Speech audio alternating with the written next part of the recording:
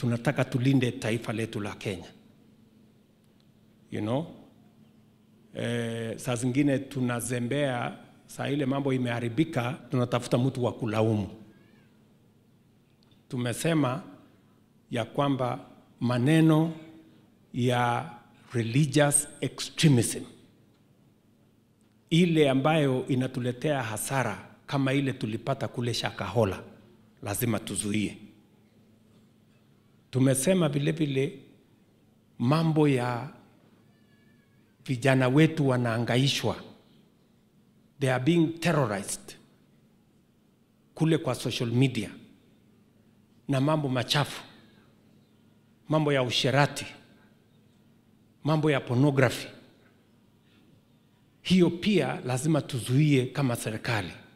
Wale wanaendesha hiyo biashara ya kuumiza vijana wetu, mpaka unakuta vijana wengi wanaenda commit suicide, wanajinyonga kwa sababu ya terrorism ile iko huko ndani ya mitandao. Lazima tuwazuie hawa watu.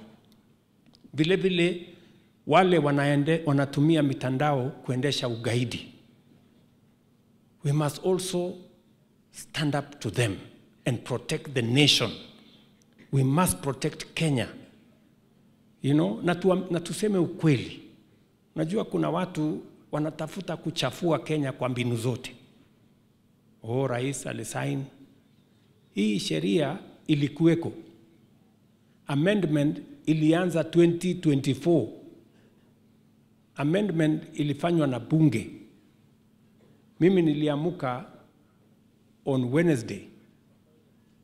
Mimi nikiwa na kwa sababu hiyo ndio ilikuwa kazi yangu ya siku hiyo. Na ni kazi ya kikatiba ya kutia mkono sheria, kwa sababu ilikuwa imepita viwango vyote. Nikaletewa na speaker.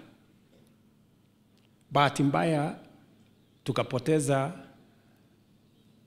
waziri wetu mkuu wa zamani. Lakini tayari nilikuwa ofisini kwa hiyo kazi. Hata nilikuwa nimevaa shati, nilikuwa naenda Ukambani kwa mambo ya barabara. So I was on duty just like any other citizen. Hakuna kitu ya kuficha, hakuna kitu ya giza, hakuna kitu inafanywa usiku.